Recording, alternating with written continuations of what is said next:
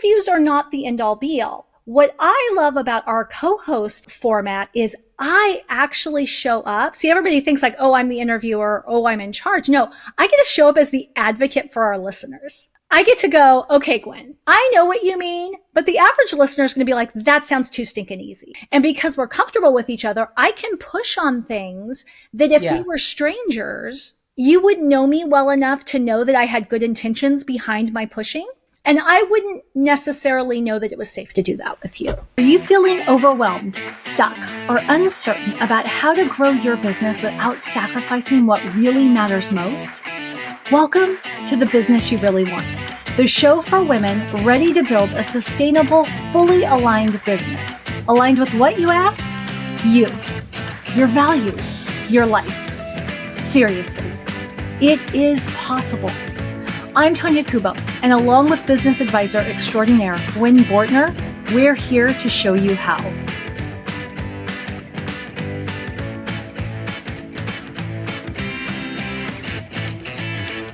Today's episode kicks off my What It Really Takes series. Conversations with people who built businesses that align with their values, their capacity, and the life that they actually want. And we're starting with something a little bit different. I'm joined by Tonya Kubo, my co-host, as you know, on The Business You Really Want, to talk about what it's taken to build and sustain this podcast in a way that matches what we teach. From defining success beyond the downloads to building systems that don't burn us out, this is a look behind the curtain at how we keep this show consistent and enjoyable and aligned still while running our own businesses. And if you like what you hear, let's chat. You can book a call at everydayeffectiveness.com/clarity. Let's get into it. All right, here we are live. At least that's what we think we are, because this is the first time I have been the host of a LinkedIn Live. And I'm really excited to be here with one of my very, very favorite people, Tonya Kubo. Surprise! So in case you don't know who I am Gwen Bortner. I'm the founder of Everyday Effectiveness. And we're doing something a little different. Tonya and I co-host a podcast together, but today we're going to interview ourselves. And normally Tonya is the interviewer, but today I am going to be the interviewer. And what we're going to talk about is the Business You Really Want podcast has just passed 1 year, and we've really been successful in doing it without burning out. And so this is our own kind of behind the scenes reality check on what sustainable success actually looks like when you practice what you preach. So I'm going to start with a question to you, Tonya, because usually you start with a question to me. What do you think has made our podcast sustainable over the last year? Oh, okay. So that's a good question. And I'm going to volley that one right back to you when I'm done. So I think the first thing that has allowed us to be doing this for a whole year is that we actually spent time on the front end planning it, and we didn't plan for everything to go perfectly. We actually did some like worst case scenario. You know, we talked a lot about our schedules because you do a lot more travel than I do, but I do a fair amount of travel as well. And my travel times tend to be not the same as yours. So it's not like we're ever out of the office at the same time. And we knew And I think that's good, but it also probably is bad sometimes as well, right? It makes it tough to record when we're not able to get online. And so one of the things we did is we looked at like how far ahead were we going to have to be recording in order for us to be able to consistently drop episodes every single week if there was a month where you were gone 3 out of 4 weeks, and there was a month where I was gone several weeks. So I would say that's the first thing. It was the planning ahead, but not planning as if everything was going to go 100% perfectly. Well, and I would say part of that sustainability is the same thing from my perspective, right? Is we really do try to get ahead of the schedule as much as reasonably possible whenever we can. Because then when things do go astray, like last week I had a cold. And because I had a cold, I really didn't want to be recording with my deeper voice because I already have a pretty deep voice as it is. And so we were able to cancel our recording without like panicking because it's like, are we going to have enough, episodes? Because we're generally at least 4 episodes? We're usually about 4 episodes ahead, but sometimes we get up as many as 6 or more. Yeah. Well, I try to keep us 6 to 8 episodes ahead so that in a big travel period, we never fall farther than 4 weeks ahead. And I think that planning for the being ahead, it seems like such an obvious thing when, someone says it like we're saying now, but I think it's harder to do than people think it is. And I think being focused on it and being really aware of it, because it wasn't very many weeks ago when I'm like, are we far enough ahead? And you're like, we're like 3 weeks ahead. Like we had started getting tight because of various travel things and some unexpected cancellations, that we had to do. And part of it is planning enough time, so that when things don't go well, I mean, I can't remember how it was. I don't know. It was less than a month ago.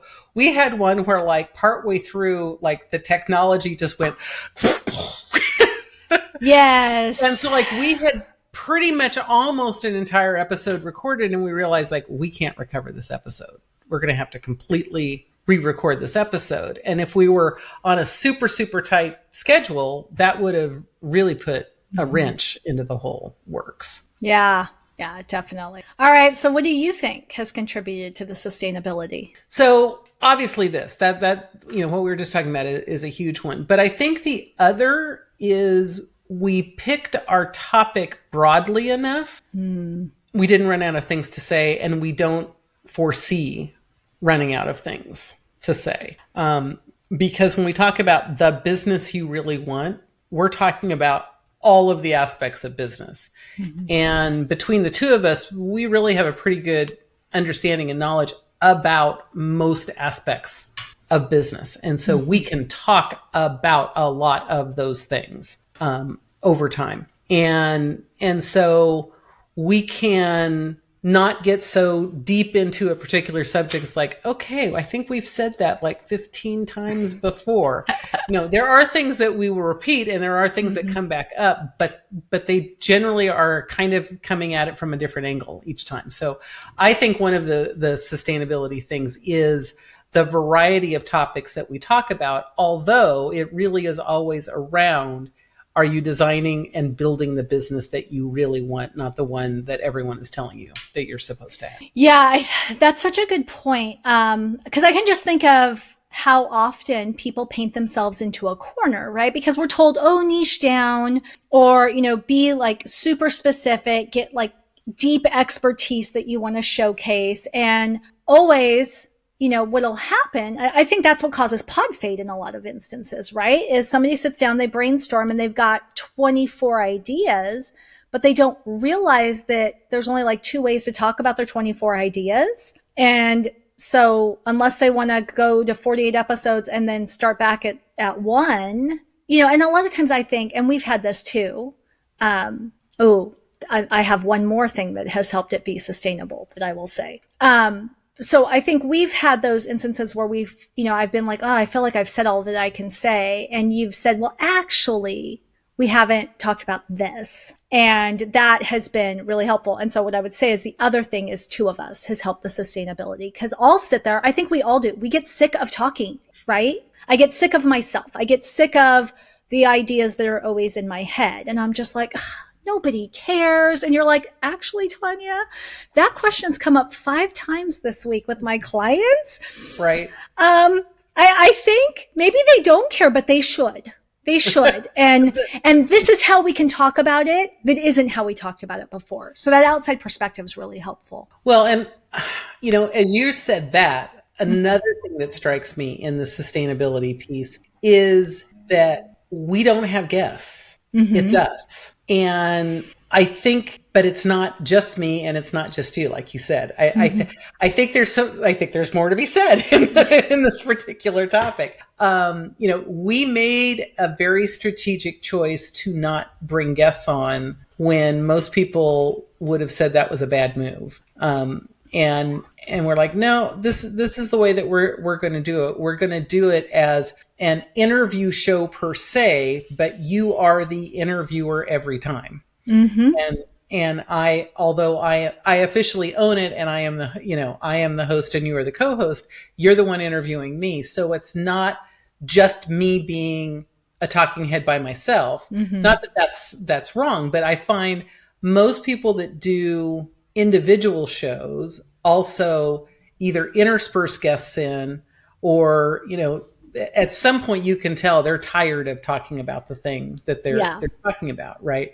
And so I do think the fact that ours is more of a conversation every time. I mean, like, you take some time to think about it and help kind of script the general flow, but we really don't script very much. And so it really is a conversation. Yeah. And I think that makes it more sustainable as well, because we don't feel like we're being trapped into saying the same thing again and again, and that we can allow it to go. There's been more than once where we've really got on with, I think, pretty much no script at all. We've had an idea and you're like, I think it's a really good idea. Let's just record that right now. Okay, here we go.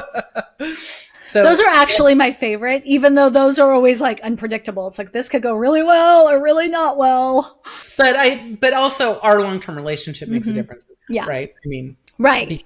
You can talk more to that as the person who actually is someone who's been trained as an interviewer in your prior career. I think our relationship makes a huge difference. Oh, I would agree. And what I would say, so the relationship piece makes a big difference, because I don't ever have to work. I know which boundaries I can push. And I don't have to worry about something just shutting you down entirely. We're really open. We've also had this relationship on the microphone that has built over time. I mean, I think anybody who listens to, say, episode 2 and then listens to episode 52 will see that we are much more comfortable with each other and going back and forth. I mean, I will say episode 1 was very much, I ask a question.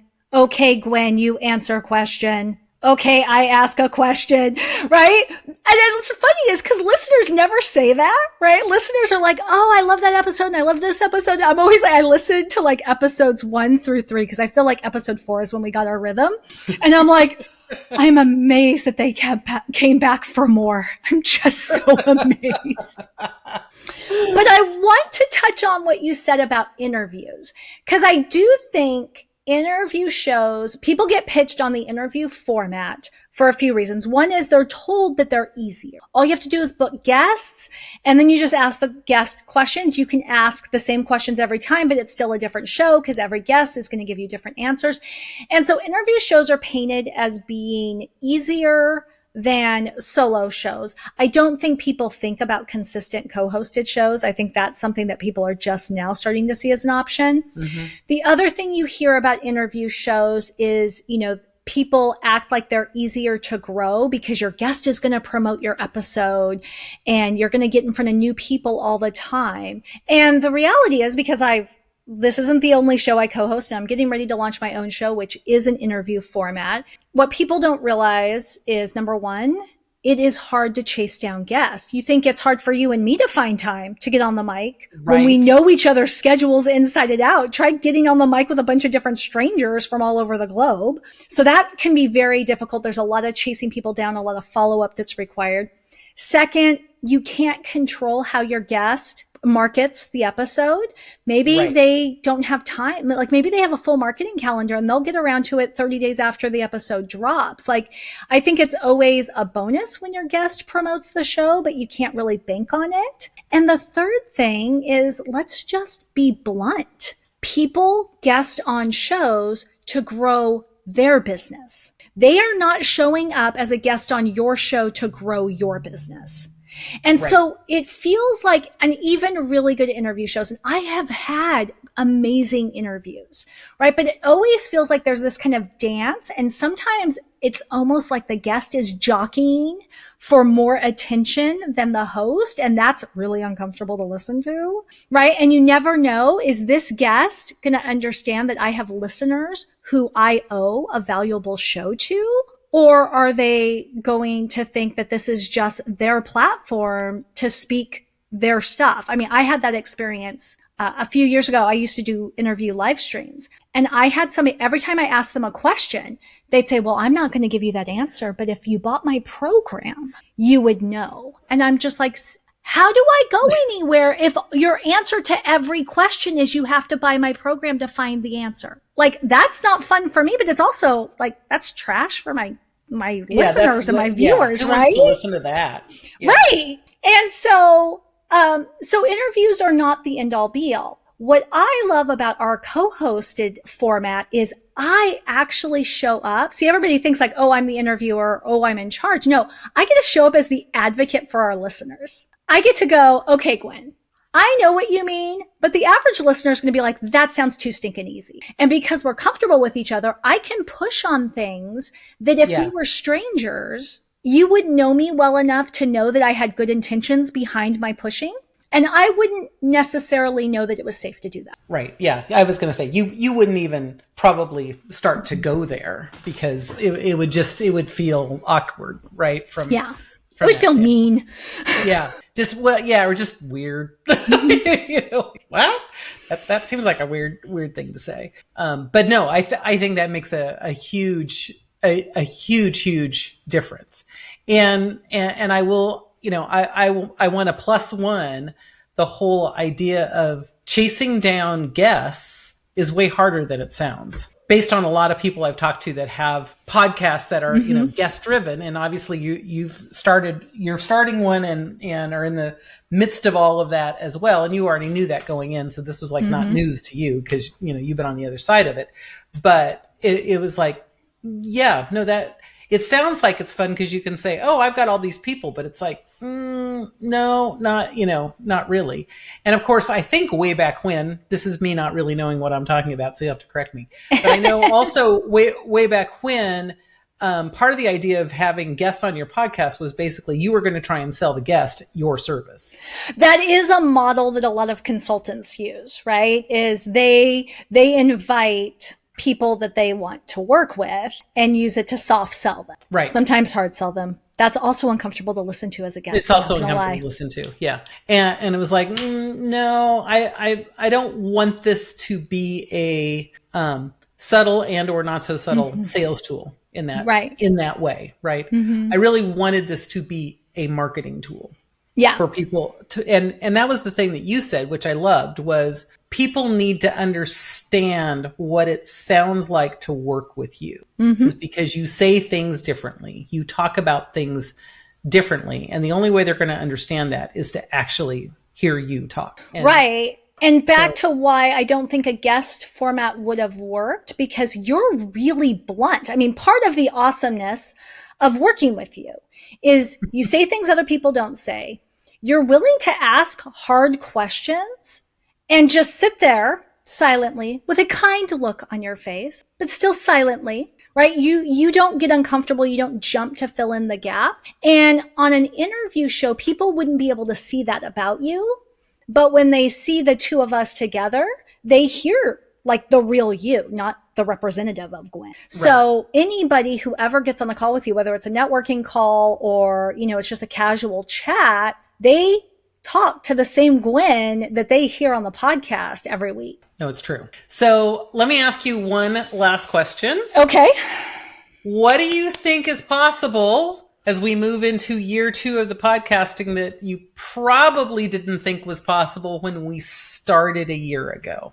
Oh, okay. There's actually a lot, but let me tell you the first thing that was never on my radar, which was that you and me would get invited as a duo to be guests on podcasts to talk about podcasting together and our strategy and how we're doing it. And so that happened on Megan Doherty's show, and I meant to look up the exact name of her show, but I'll put the link to the episode here in the comments because it was a fun one. It's total inside baseball conversation.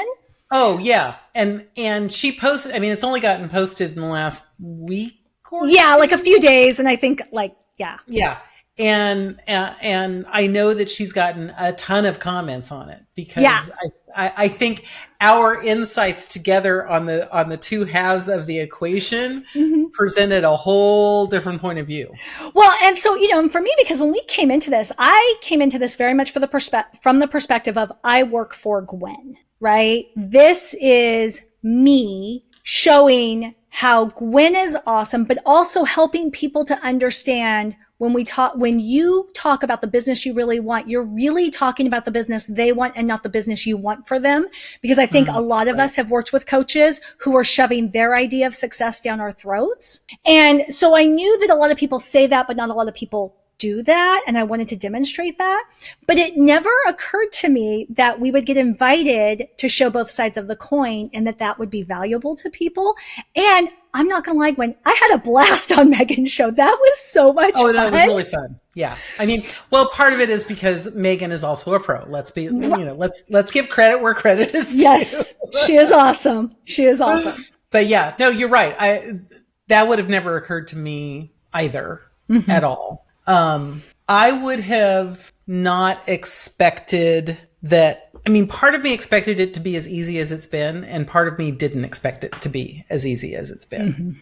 Right. And so I'll say the no-brainerness of continuing on after a year is probably the thing that was a little surprising to me. Yeah. Not that we are continuing beyond a year. That part wasn't really, but how obvious it was that was absolutely what we would be doing.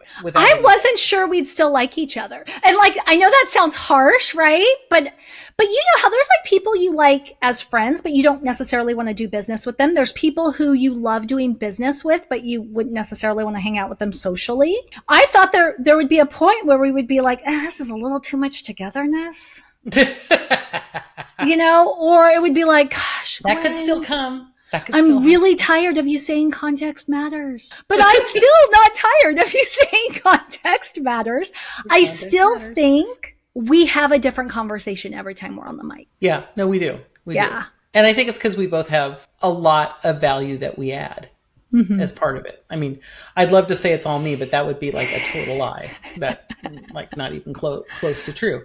It's because we really are co-hosts. We're both adding value into the conversation. So this has been a fun conversation. Yes, exactly. Very, very fun.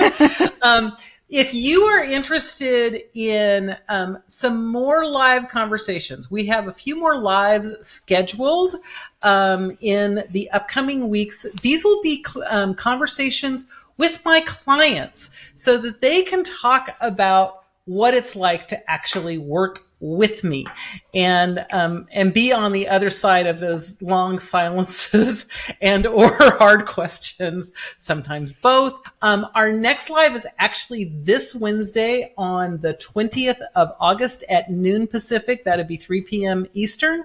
It is with one of my longest term clients, not my very longest, but one who's been with me for a number of years now, Nicole Serena, who is an amazing consultant who, when she started with me, was basically running her business as her solo consulting firm, and now actually has a whole agency that she's got running along with lots of other businesses, including Tonya's dream business of owning a laundromat. Yes. So we'll probably get there at some point as well. We'll see. Nicole and I talk about lots of things. There's no telling. But Nicole is another person that I have become friends with over time. And so I know it will be a great conversation. I hope that you join us on Wednesday, the 20th at noon Pacific and 3 p.m. Eastern on LinkedIn Live. Thanks for tuning in to The Business You Really Want with Gwen Bortner. I'm Tonya Kubo, reminding you that sustainable success is within reach. Make sure to subscribe to the show and visit thebusinessyoureallywant.com for more resources. Until next time, keep dreaming big and acting with intention.